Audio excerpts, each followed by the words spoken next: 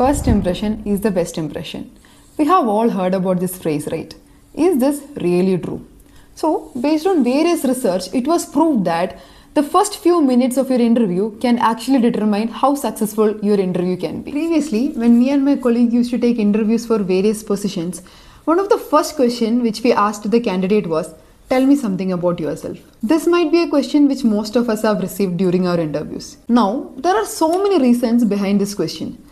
Some of them are, firstly, it will give a chance for the interviewer to settle in so that they can completely focus on the interview happening in front of them. Secondly, this will give the candidate to prove themselves, to talk about themselves, showcase their talent in front of the interviewer. Thirdly, this is a platform where interviewer can see your body language, your confidence, how you can present yourself and all these kind of skills which can leave a long-lasting impression on them during the interview. So I remember I used to give a silent nod to my colleague stating that this might be a potential candidate for the role.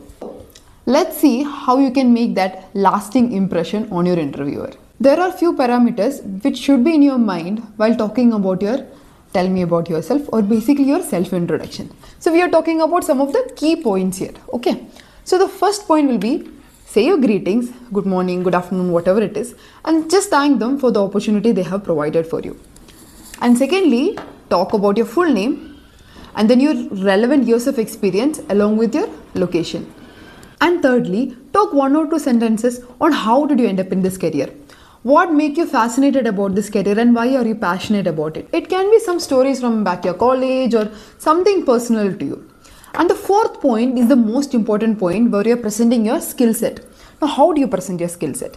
Like I always say, read the JD. Understand what is the role. Understand what is the skill set which is required in the position which you're applying for. Check the tools which they are looking for. Check any other specification which they are looking for. And if you have that relevant experience, make sure you're mentioning that particular experience while you're talking about yourself. And if you can add something measurable that you have decreased the number of alerts by 35% or you have done something measurable, make sure you're mentioning that too. And the fifth point is, since I'm a cybersecurity person, I can never forget on the certifications which we have done. So if you have any relevant certifications, do mention the certifications. And the final point is, tell how are you becoming a value addition to that particular team.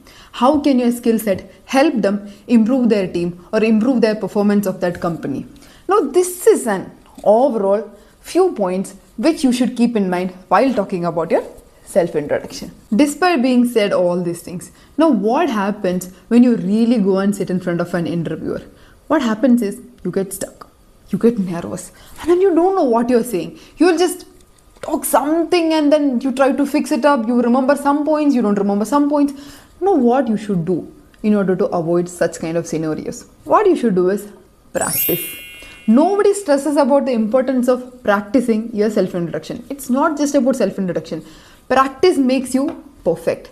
Then do more practice, then you'll be confident enough to showcase your skill set in front of your interviewer.